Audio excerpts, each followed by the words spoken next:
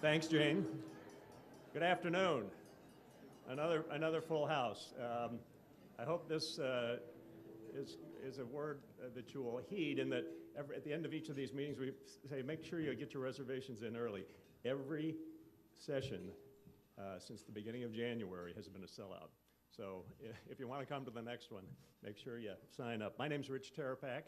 I'm the chair of the Metropolitan Club's Board of Trustees, and it's always a pleasure to welcome you here today. As Jane indicated, you can please silence your cell phones. We encourage you to tweet responsibly. And our hashtag is CMC Forum, and you can follow us at CBUS Metro Club. Let me first talk about next week's programs. We have excellent programs coming up. Next week, the Return on Investment in the Arts, featuring Randy Cohen of the American for the Arts, Priscilla Tyson, Mike Gonzarowski, and Ann Fisher. If you're looking for other upcoming events, they're in your forum, and you can also download our new app or visit our website at columbusmetroclub.org. Membership. As Jane indicated, we've got over 900 members. We're reaching for 1,000 this year.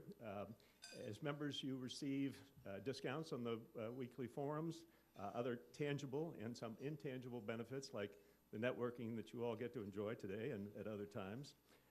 In the forum flyer, there's a list of everyone who is attending today.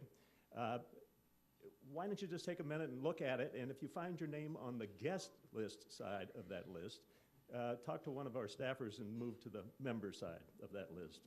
Membership is easy and affordable, and our website, columbusmetroclub.org, will let you also give you information about signing up. I believe we have a new member here today, and if not, I'll like to mention her name anyway. Mary Duffy of Peck, Schaefer, and Williams. Mary, are you here? I'm here. Thank you for joining. Come back often. Sponsor recognition. On the back of your forum program, you'll recognize nearly 80 companies and organizations who help sustain CMC and our mission of community conversation. The benefits of sponsorship are many, and there's always room for more. Let us know if you're interested in more information on this rewarding opportunity. Today's forum is part of our Fueling Ohio's Future series, which is sponsored by AEP, represented by our past president, Teresa McQuain. Teresa. Battelle, and Battelle is represented by Glenda Holderbaum. Support for today's forum, we want to thank Columbia Gas, represented by Megan Melby and her associates, and also like to welcome this week's partner organization, the OSU Office of Energy and Environment, Paul Laurent. Please thank them all for their sponsorship.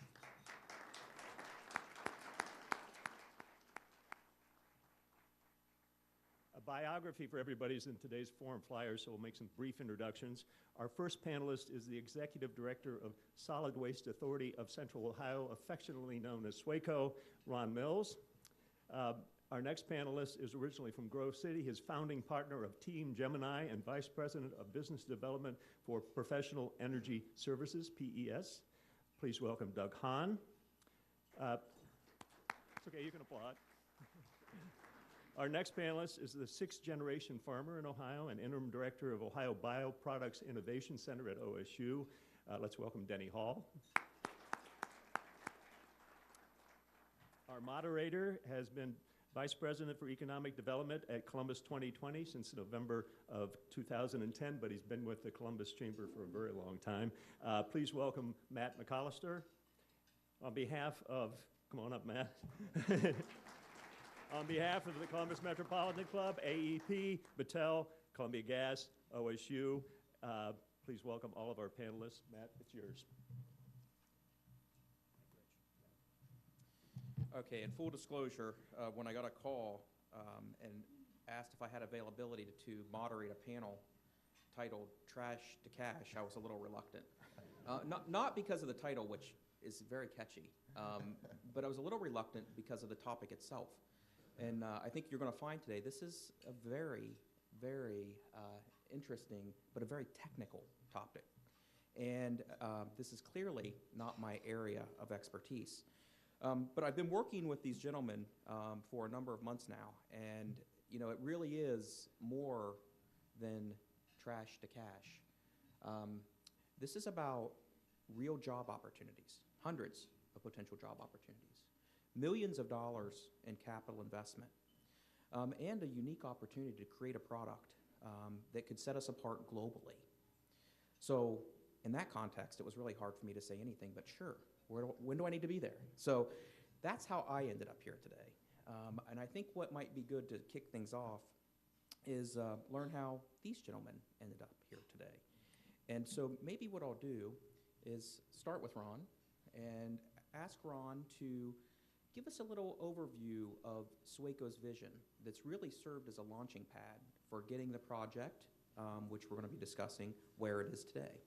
So with that, Ron, could you give us a quick overview? Sure. Thank you, Matt, and thank you to the Metropolitan Club for hosting this discussion today. And thank you for being here today and taking time out. I know all of us are very busy nowadays. In 2009, I began to craft a vision at SWACO. Now, next August will be my 40th year working in the industry. In 2009, I saw that technology was advancing at a pace that was going to offer opportunities to do things differently from what we've done traditionally here in America, which is landfill our waste stream. And to the extent that we can pick out some recyclables, we do that, but it's always been a rather modest level of recycling in America. But with advances in technology, it made sense to begin to plan and to look forward to tapping that resource, primarily through the private sector, through public-private partnerships, and see if we could put together a system that would change the way the entire industry approaches managing the waste stream. By that I mean, historically, we've always considered trash something that costs money to get rid of. It's a cost center. With the approach that I began proposing in 2009, that the SWACO board adopted unanimously and has been very supportive ever since, and now with the contract with Team Gemini representing the first step in launching that initiative, there are many other steps to come, we will be turning trash management from a cost center to a true profit center by extracting the value that is intrinsically contained within that trash stream in the form of feedstock for industries that are looking for low-cost sources of cellulosic material, for example, in terms of certain grades of plastic that can be used in pyrolysis units to create petroleum distillates of all grades, and so on and so forth. We can actually mine the waste stream and extract valuable commodities that can drive the engine for what Matt was referring to in terms of economic development, job creation, and a revenue stream that is shared back to SWACO that we can use to defray at least a part, if not most, of our operating costs, to maintain our infrastructure so that we continue to protect public health, safety, and welfare, to retire outstanding debt, some of which we assumed from the city of Columbus back in 1993 and 1994 on the old trash plant, and to accelerate the implementation of the strategic plan and vision. Thank you. So, Doug, how does Team Gemini fit in this? In a very big part, very big way. Thanks, Matt, and thanks again to the Metropolitan Club and members for my invite today. I really appreciate this and the opportunity to share our project with everybody because it is very exciting.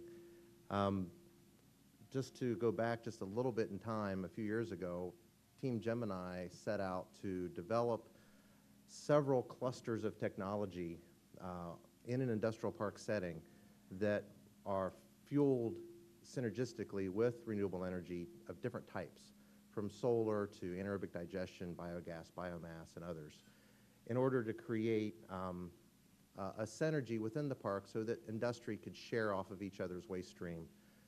But a big key component to what we needed in order to make this type of a model successful, just wasn't the components that we're using, because in our parent company, we've been installing these components or involved in the installation of these components around the world. So we're not talking about new technology that's not been used before. This is existing technology that's being used in Europe and around the world, and in some cases here in the States or in Canada, and it's proven. So we're, for the first time, bringing these technologies together on the same piece of dirt. And the one key thing that we were in need of is a industrial scale, large scale, long-term access to feedstock for the renewable energy. And then when I came back to Central Ohio, I grew up in Grove City, I'm currently in Orlando, Florida, met with Columbus 2020, and they introduced me to SWACO, which was just about to introduce their RFP, saying, we have this land, we have these resources, what would you do with it? Well, it fit our model almost perfectly. So that's where it all began. And so it makes it a very big part of our plan. Thanks, Doug. Denny, where are you playing a role in this, and how is OBIC getting involved? Yeah. Echo the thanks and appreciation for the invitation. And before I talk about OBIC's role, I just want to compliment these two men for this very powerful vision. I think that what you will find over the next 5 years is this new enterprise or this new ecosystem of businesses that will be located in the Grove City community will be transformative. I think about how here in the United States we do a fairly decent job of managing garbage. You know, we have sanitary landfills, but think about the places in the world where they just have piles of garbage. And this presents a new model internationally, globally, for the conversion of an economic and environmental liability into jobs, into food, into new energy sources, into new sets of materials. I think the project that's been proposed is just genius, flat out genius.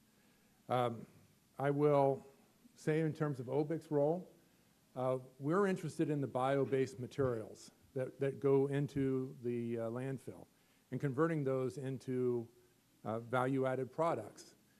And roughly 50% or maybe a little bit more of the material that goes in the landfill is bio-based. Most people recognize that the state of Ohio is a big agricultural state, but a lot of people don't realize that Ohio ranks #1 in the nation in polymer employment. We have over 2,500 polymer companies in the state of Ohio, almost a polymer company in every county of the state. And the Bioproducts Innovation Center is focused on converting bio-based materials into specialty chemicals, advanced materials, polymers, and we have now identified a new source of material, a new very cost-effective set of resources that can be very effective at generating significant change in the sustainability of our country. So, Thank you.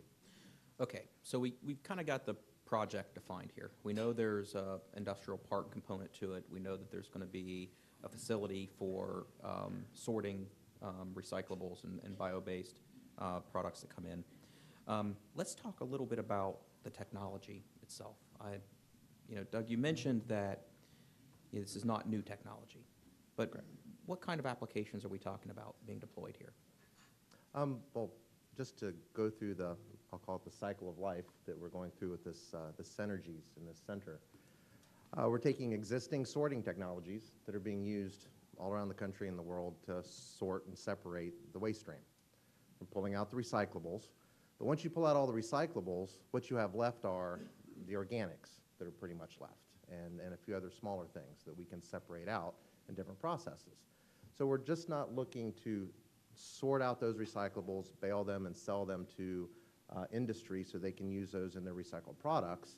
We're also looking for technologies that, whether they exist or don't exist, for those companies to come to this industrial park to take advantage of that feedstock. As far as existing technologies that we're using, anaerobic digestion, using for biogas or biomass, basically taking organic debris or waste and converting it to methane gas and compost, using the methane gas and putting it into a generator, which generates electricity and also steam, heat, is not a new technology. It's been around for many years. It's been perfected in Europe, primarily in Germany, where they have thousands of these systems up and operational.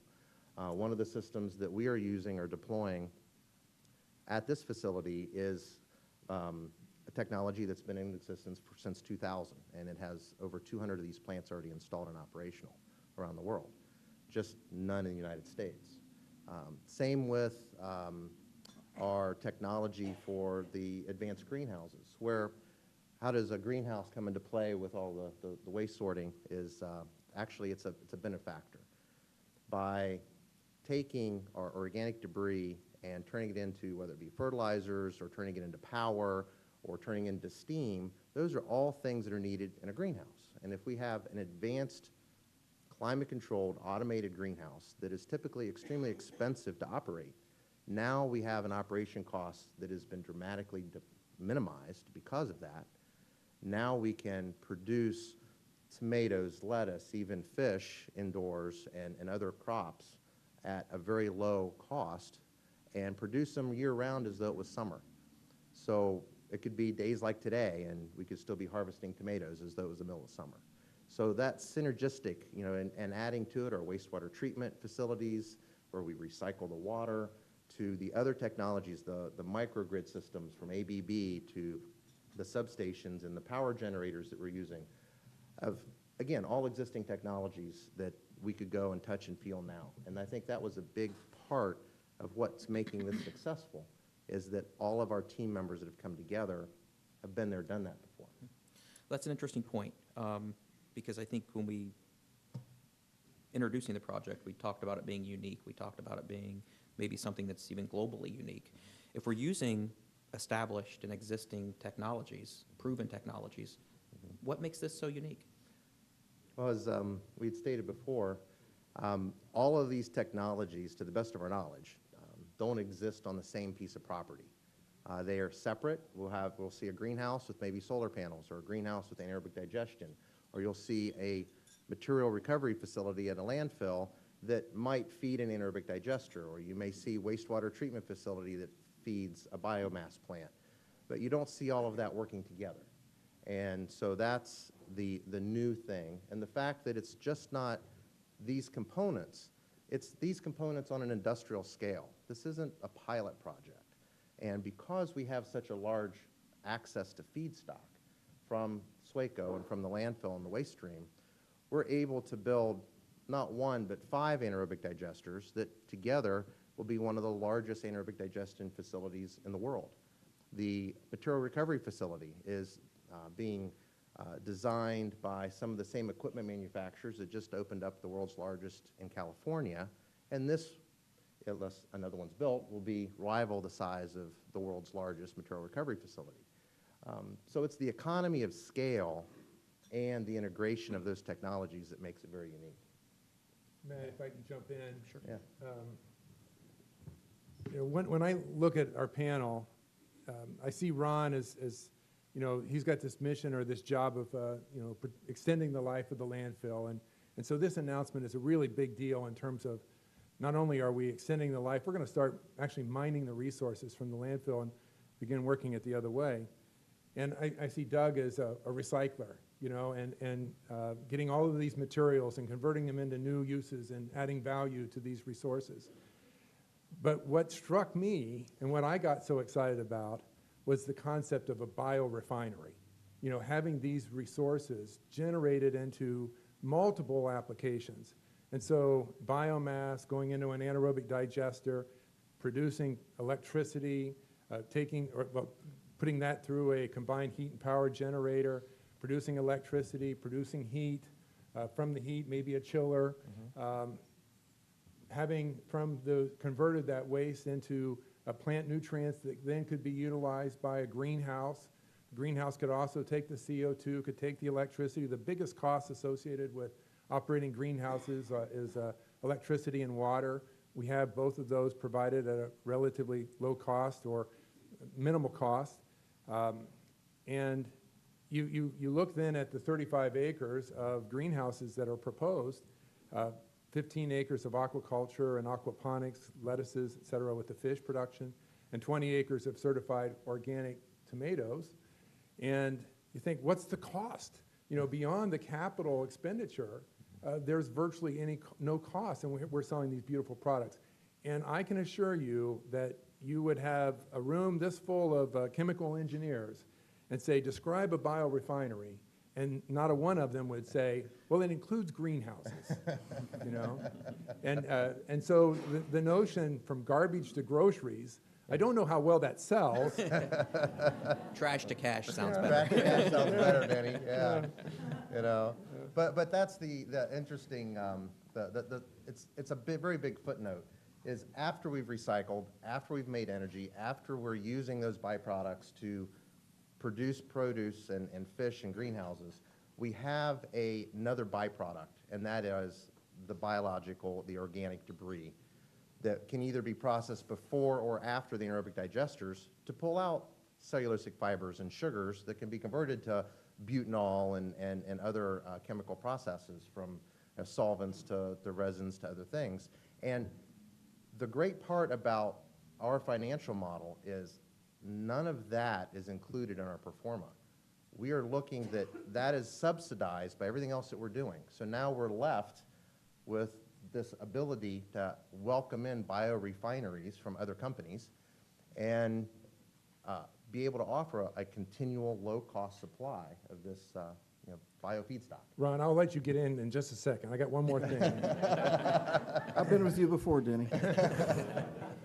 So Europe has been investing heavily in these biorefining technologies. A lot of molecular biology, synthetic biology, metabolic engineering, and being able to engineer these microorganisms to produce these chemicals.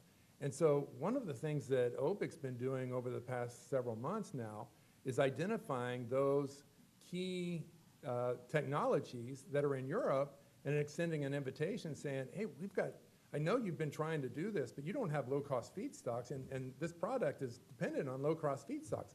We've got those now. It's a lot less expensive than corn or wheat, that's for sure.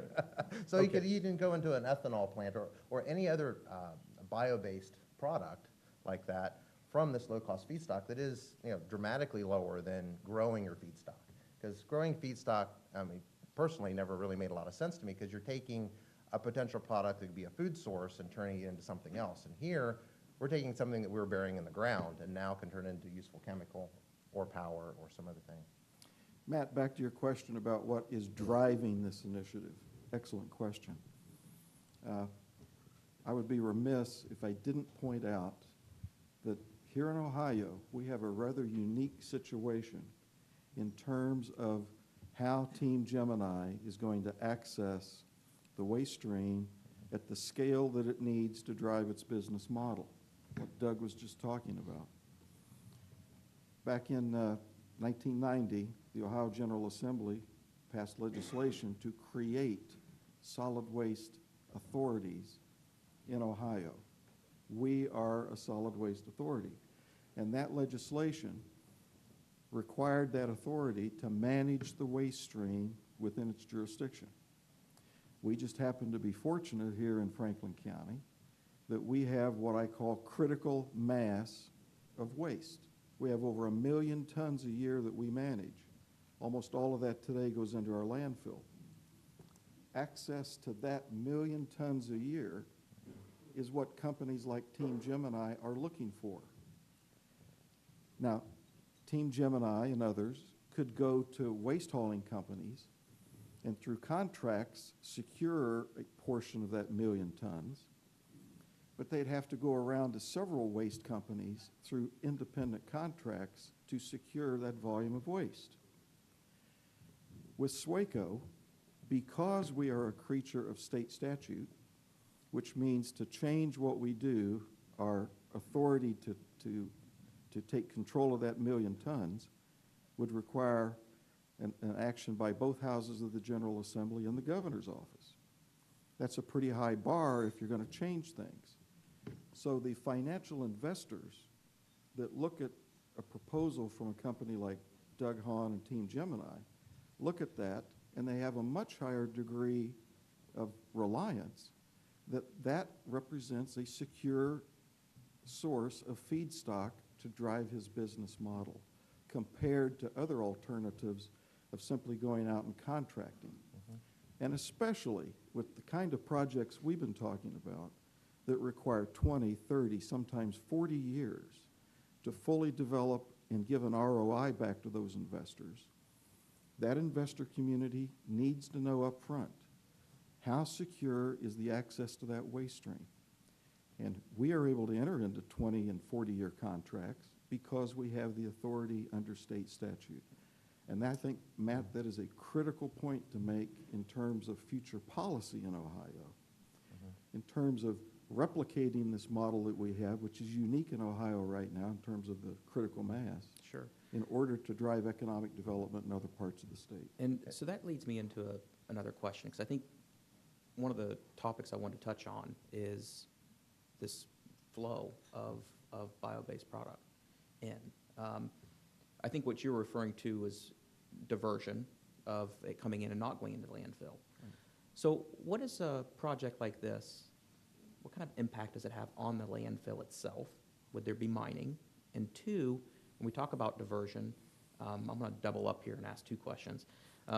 What is it going to do to something like a curbside collection? Do you want to go first? Do you want me to go first? Well, obviously, if we're going to, on day one, divert over 1,000 tons per day, or almost a quarter or more of the waste stream from going into the landfill itself, I mean, not only it's a negative carbon impact to the environment, it slows down the growth of the landfill by 25%. And in hopes that over a period of time, we can come as close to 100% as we can of reducing that waste stream into the landfill, allowing the landfill and the facilities to be there for practically perpetuity. And if we get to the point where we are at the point where we need more resources and we start mining that landfill, there will be always a need for the authority, because like Ron said, if it wasn't for the industrial scale critical mass and the long-term agreements, we couldn't fund a project like this. And it also needs the cooperation and teamwork of multiple companies to bring in their own specific technologies, of which, you know, we're working obviously with 2020 and Colliers International and others to help bring other industry, other companies and corporations in from, just not from the United States, from around the world, that need a feedstock like this, that would want to bring those jobs and that business to Ohio and not only benefit themselves, but of course benefit Central Ohio from that. The only thing I would add, Matt, is that SWACO's focus is on the mixed waste stream, what we all throw into our trash can every day and night. We have excluded any of our authority over source-separated recyclables because we want to promote that from the source. So the million tons a year I'm talking about is strictly the mixed waste stream. With regard to curbside programs, that focus will not impact what the communities are doing with those programs. We have plenty to do to reduce what's going into the landfill and to extract what we can to drive these projects without interfering in the existing programs that the cities like Columbus and others have put into place. Thank you. Denny, you touched on the polymer industry, and clearly it's a very important industry to the state of Ohio. I think you touched on some of the opportunities here, but how would you encapsulate the real advantages this is going to place our region, given the strength of the polymer sector in Ohio? How are they going to leverage it? Maybe what kind of companies would we see as maybe the lowest hanging fruit to go out and try to recruit because of the waste stream and so forth? And if there's any trade secrets in there, I apologize. Yeah, well, I don't know how many of them want to be announced as their candidates, so I'll try to... Just keep it at the industry level. I mean, Yeah. give us an idea of the types of companies that you think we're going to see. Okay, well, I'll tell you what I'll do. These are companies that are in Ohio that are members of the OBIC Bioproduct Network. We have a kind of a membership opportunity or people can exchange information. I characterize it as, think of it as like a shopping mall. You have a store in the mall, and we provide the real estate and enable you to do your business, maybe hopefully more efficiently. And so Scott's Miracle-Gro, Ashland, the Andersons, Sherwin-Williams, Poly One, Goodyear, Ohio Soybean Council, Ohio Corn Growers, Battelle, Ohio State University, Team Gemini, and then there are quite a few entrepreneurial startups that are engaged in this as well. So collectively, we have about 23 different organizations. I mentioned that Ohio was #1 in the nation in polymers, but we're also #1 in paints and coatings. We're #1 in adhesives. We're #1 in rubber technology, and we're #1 in cleaning and detergents. We're in the top 5 with plastics. So, and many of our projects are plastic. So Ashland produces an Invarez resin. If you see a John Deere combine, the green panels on the side is a bioproduct. It's made with ethanol and soybean oil as a part of the ingredients to make that. Sherwin-Williams has some bio-based paints that you can purchase and use. Goodyear uses quite a bit of soybean oil in making tires, plus natural rubber, and looking for new ways of producing natural rubber. So Poly One has licensed some Battelle technology to put a bio-based, in this case soy-based plasticizer as an alternative to phthalates, which are problematic in some applications for like PVC. So the industry, as the polymer industry strives to be more environmentally sustainable, one of the opportunities for them is to look for bio-based. Well, back in 2005, when OBIC was created, corn was worth about $2 a bushel and soybeans about $5.25. I know because I was selling it. Today, last week, we sold some soybeans for $17.23. And we sold some corn this summer for $8.50. So largely influenced by drought, but I think it was really because the Bioproduct Innovation Center has created all this new demand. No, I'm kidding.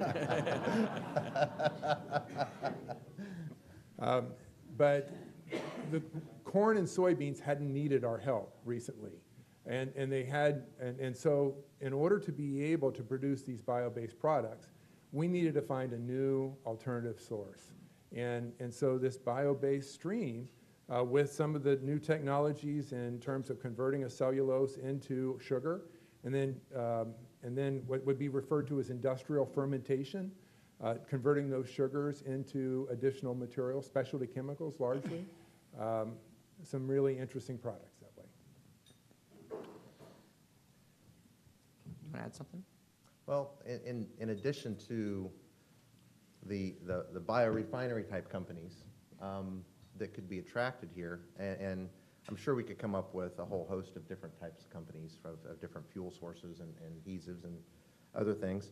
You have manufacturers. Matter of fact, the greenhouse manufacturer that is building these greenhouses for us is based out of Italy. They've come to Columbus. We introduced them to Columbus 2020. And they are very excited to build a greenhouse manufacturing facility at this industrial park because they need steam heat, they need power, to run the tempering machines and all of the assembly machines for the greenhouses. And the fact that they can put a manufacturing facility that uses 100% renewable energy is big for them. In addition to all the other advantages that Central Ohio has to offer, from your enterprise zones and some tax incentives and other things, they did the math, and it's different than it was 20 years ago. I mean, or even sooner than that, where they did the math on building a greenhouse for $1 million and shipping it to France versus building it here in Columbus and shipping it to France. And it was 20% cheaper to build it here and ship it to France because of the environment and the things that we're doing and with this park. So those are other types of companies that can be attracted that don't necessarily need a bio-based product. So we're trying to open the door to attract as many of these companies as possible. I think you should also talk about like the energy, like food processing companies demand huge volumes of energy. Yeah. You talked about like a sustainable data center.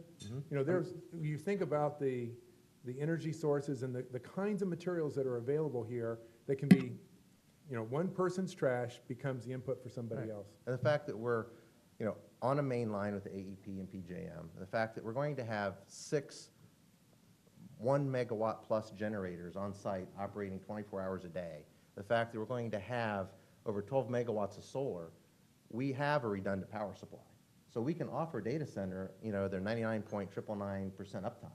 They're right there on the main data fiber backbone that goes up and down 71, and plus all the other advantages. So once you start digging into this, no pun intended, there are a lot of different types of companies that could be attracted here, and even, like you said, food manufacturers. If they get over the fact that you're going to manufacture food across the street from a landfill, we're growing food across the street, so it doesn't bother us, but you need the steam heat, you need and some of the cooling, and you need some of the CO2 or whatever the power, the water recovery and the wastewater treatment. All of those things are assets that you don't need to build into your facility. You don't have to have a cooling tower. You don't have to have boilers. You don't have to have a backup generator. It's already provided as an amenity to that. Right. So, Yeah, it just made me think of that. Maybe we should have this host the Super Bowl, so you don't have to worry about running out of power. just have it at the. So I have 2 questions left that I want to try to get to if we can. But I do also want to take a quick break and let you guys know that we're going to be taking questions in about 5 minutes. So start thinking. I'm sure you guys already have tons of questions. But if not, be prepared in about 5 minutes to find one of the microphones and fire away at these guys. But before we do that, I wrote down, I think I heard you say a negative carbon footprint. Yes. Explain that. Well, you're adding carbon to the atmosphere by landfilling to begin with. You have the trucks that are going there, you have the landfill gases that are created before it gets covered, and we're taking stuff out of that waste stream that creates those carbons. And then we're taking them in a sealed environment and handling that 100%. So it goes away. So we are creating more oxygen and reducing greenhouse gases more than we produce. So therefore we're carbon negative, and that's a newer term that is actually being used in Europe, where everybody's encouraged to, absorb more carbon than you're putting in the environment, and that's part of our triple bottom line is, to give back to the planet, and that's one thing that we're doing here as well. But carbon negative is a big goal of ours, and that's sometimes a difficult concept to realize. But once you look at the emissions that we have from our generators being fed into greenhouses, there are no emissions. So it keeps very clean. Thank you. All right. So here's my last question, and we've got about 3 minutes before we open this up for questions. So. Keep that in mind. I want you guys to get out your crystal ball, and I'd like each of your perspectives on if we were to drive down to Grove City in, say, 8 years, and we drive by this park, what would we see? Drive by the park, I think we will see a large complex of diverse industries that are through Team Gemini, obtaining very low-cost feedstock, not just paper, not just plastics, but even other materials, metals, and so on, to drive state-of-the-art, cutting-edge technologies in terms of research as well as production facilities. Across the street, we will see almost nothing going into the SWACO landfill.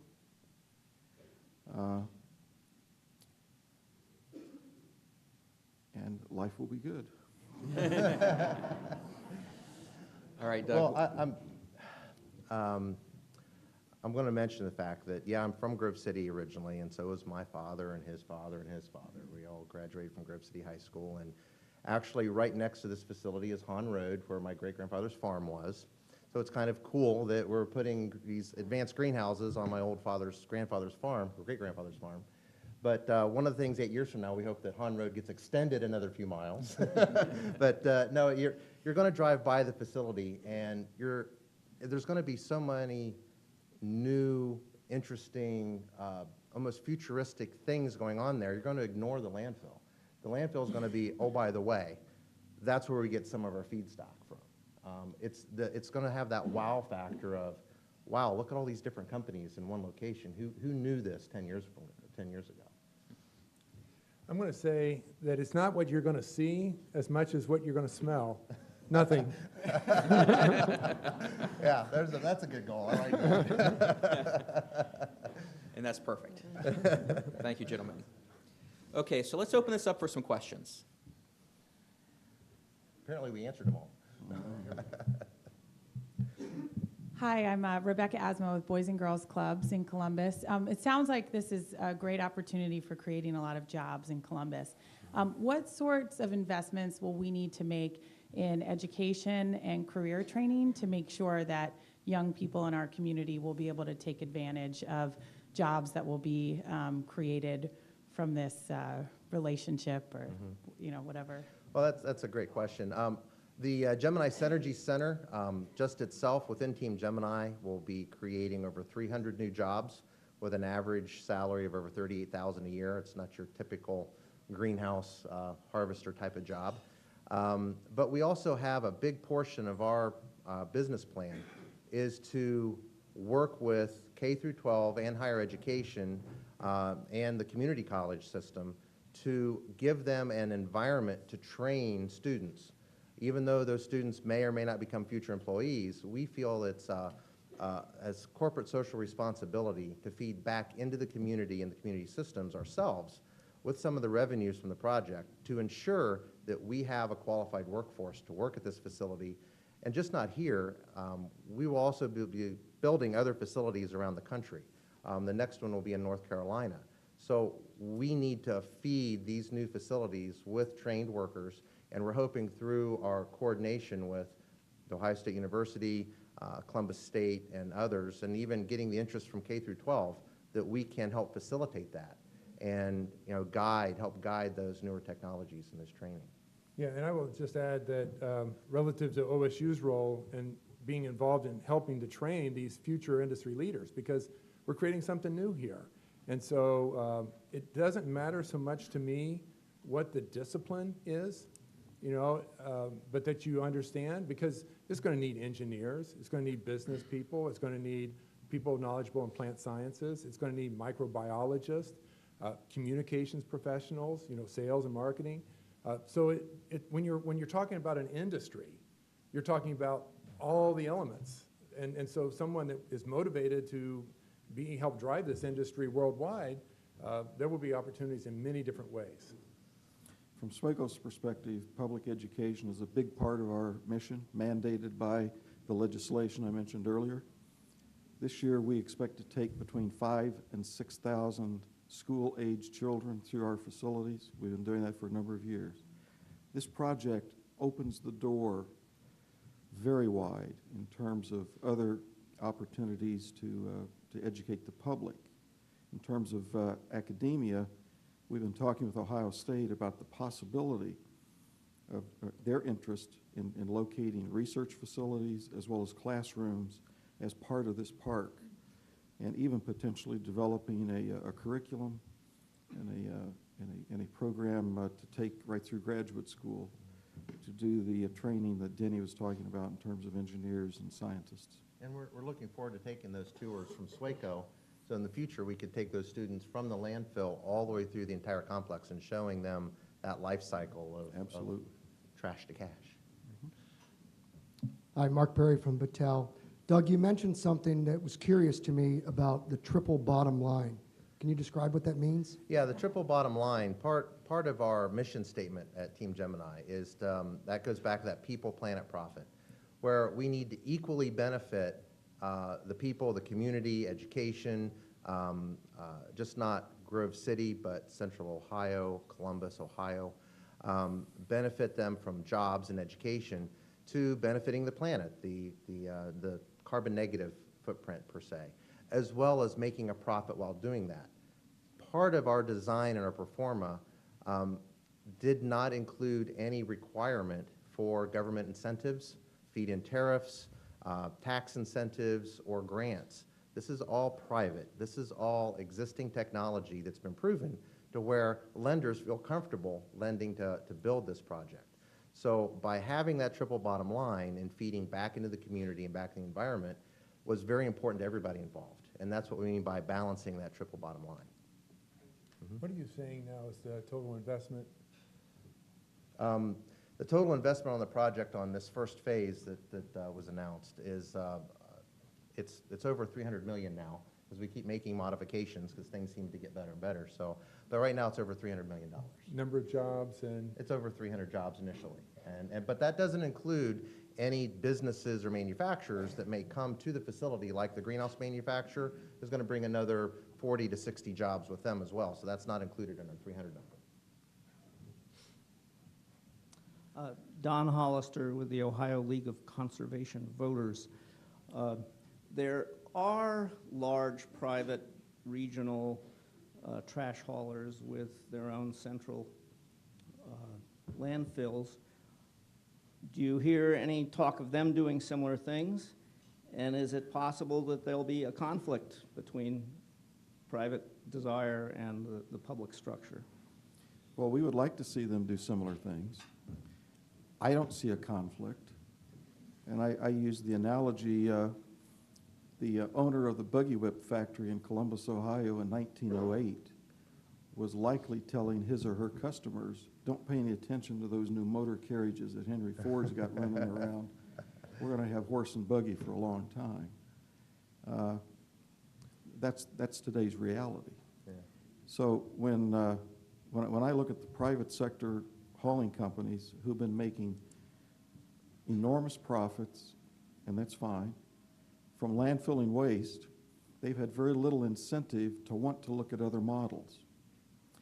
SWACO, being charged with the mission of managing the waste stream as effectively, including cost effectively as possible, we are looking to tap into the new business model, the new way of attracting cutting-edge technologies to not only reduce costs, but to give, I'll invent a new term here, a negative cost, which means we take in revenue to offset the need for public dollars, a new model in the industry. Now, will the conventional trash hauling companies dislike this? Probably, and I'm hearing about that from them right now. But the reason they don't like it is that it disturbs their existing model, which has been returning tremendous profit for them year in and year out. And in our point of view, we'll always need the haulers. We don't see any impact in this region, the SWACO region, from the haulers. We're still going to need them to bring it. We're not a hauler. We are going to enter into with some industry to do some source separating of their own waste so that they can save some costs from it going across the scales at SWACO. So we'll need haulers for that as well. But the term Team Gemini has two meanings. The Gemini, one, of course, is building this facility, but the other is this facility is built as a showcase on how to do these technologies. And these technologies are for sale by Team Gemini. So whether through consulting or through the individual technologies or the technology as a whole. So we are opening the door that if these landfills that are operated by haulers want to invest or research into these technologies, we would be more than happy to work with them in those. And Ron, am I also correct in thinking that one of the things that makes SWACO unique and so right for this project is the available land adjacent to the landfill? That's right, Denny. We really have an advantage here in Columbus, Ohio. When the Franklin County Commissioners decided back in the early 1980s to put the landfill where it is today, I know of no other metropolitan area even close to Columbus's size in the top 25 that has a landfill this close to its city center. That translates into lower costs because you don't have to drive as far to get the material to the landfill. And because that decision was made by the county commissioners back then, they had the foresight, we were able to secure property that was available and still is available around the landfill that, again, is a unique situation compared to other metropolitan areas in the country. Hi, Jim Coe from WCBE Public Radio. I find this really exciting. And in my imagination, I might be a little naive here, but I'm thinking of what your primary sources would be, like from an institutional or an industry source for bio-waste. And I'm thinking of the hundreds of grocery stores in Central Ohio. I'm thinking of the hundreds of restaurants in Central Ohio. And just wondering, number one, can you take leftovers from the restaurant industry that's been served to people and they didn't take it home in a doggy bag? Can this stuff be sorted somehow? Is there a way of making the sorting process or the pre-sorting process more efficient so that you can maybe just have one truck that's going to pick up nothing but food waste? Yeah, we have two choices. First, yes, that's ideal feedstock for anaerobic digesters. And on one hand, when we get that via the mixed waste stream that comes through SWACO, we're able to sort that out.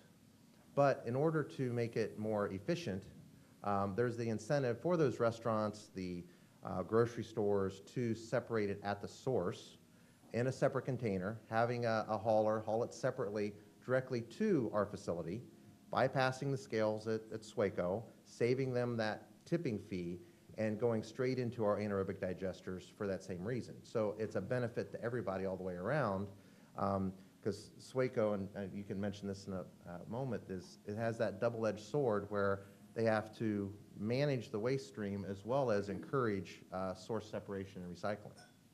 Is there any bio-waste you won't be able to use? Initially, there's some we're looking at primarily the food waste and others.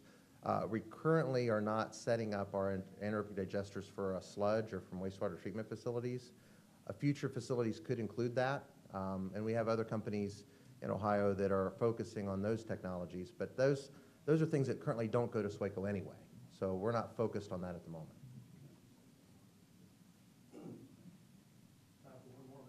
Sure. Uh-oh, behind you. Oh. Go ahead. Took his thunder. I'll try to be quick here, leave time for All right, you. John. My name's John McKnight. I work in the collision repair industry, automotive collision repair. And so we're spraying a lot of paints and using welders that produce exhaust from the welder gas. We try to filter all of that the best we can to capture as much of the volatile waste that's going up in the air. But despite our best efforts, there's a lot of waste that goes up in the air. Are there any public initiatives out there, government initiatives, to try to capture and recycle, the end leftover airborne waste that collision repair shops and a lot of other industries are putting up into the air? I'm not familiar with any specific initiatives or any proposals for new regulations along those lines, but I could be just out of the loop. Most of my focus is on what we're doing with mixed waste. I guess I would respond by saying that in the future, as this approach becomes more and more lucrative, companies like Team Gemini, those companies will be looking at all sources of material that they can use as feedstock for a variety of uses. And I agree. I don't know of any initiatives to help with that, but again, we have different technologies that we'll be using on our facility, and one of them is using negative air pressure within the buildings where things will be dumped and gases created and filtered and reusing some of that. So once we have that up and operational, companies like yourselves can come and look at it and see if we can help you, or maybe have Ohio State or Patel help modify that process or procedure to fit your application or need. So even though there may not be an incentive governmentally for that at the moment, it would be a corporate social responsibility thing to do, to possibly research and try to find a low-cost way of doing it yourself. Thank you. And by 8 years from now, you can use a bio-based coating. We have time for one more question. Thank you, Matthew. Bradley Frick, I'm the chairman of the board of SWACO. and I guess that makes me Ron's boss. I think the club would be very interested to know, Ron, about the compressed natural gas and the potential we can do for fleets throughout Central Ohio, and maybe for that matter, the entire state. Well, that's true. Team Gemini has plans to use a portion of the methane gas that's produced out of the anaerobic digesters to put a fueling station in down as part of the industrial park, at least one. But the broader question is, how much potential is there in the waste stream in terms of generating an alternative to conventional petroleum products to meet the fuel demand of public as well as private fleets? Some of you may know that we have already a contract with a private company that will be taking our landfill gas, what we flare off every day, and converting that into pipeline quality natural gas. SWACO generates every year, out of our landfill only, this is separate from what we're going to be doing with Team Gemini, enough methane gas to drive the entire public fleet of not only the city of Columbus, but the cities of Cleveland and the cities of Cincinnati. All three combined per year could be completely fueled from the methane gas that we're now burning off, will soon be capturing in 2 years to put back into the chain of commerce. I like to use the example that if we are able as a country to shift from dependence on foreign oil to drive our fleets, and we convert to CNG as a primary fuel for our private as well as public fleets, I look forward to the day when I can come home from work at night, pull into my garage, and I've got a cutoff on my gas line into my house that feeds my furnace, and it runs into my garage. When I turn off the engine, I get out and I flip a switch, small compressor kicks in, and I can refuel my own vehicle right in the luxury of my own home. And I can do that right off of the gas line. Well, it's going to be very, very cheap. You've all seen your energy bills for the last 2 years. With natural gas prices continuing to decline, it represents a very favorable economic model compared to what we're currently paying for diesel fuel and gasoline. Well, I'd like to say thank you to the panelists and thank you to the Columbus Metropolitan Club for the opportunity to moderate.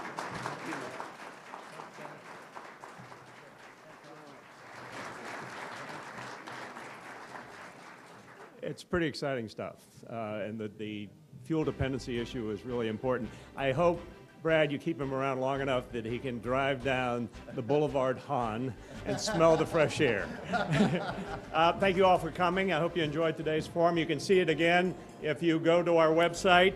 Don't leave yet. I want to thank AEP, Battelle, Columbia Gas, OSU Office of Energy for Environment, and thank you, Ron Mills, Doug Hahn, Denny Hall, and Matt McAllister. Thank you very much. Enjoy the afternoon.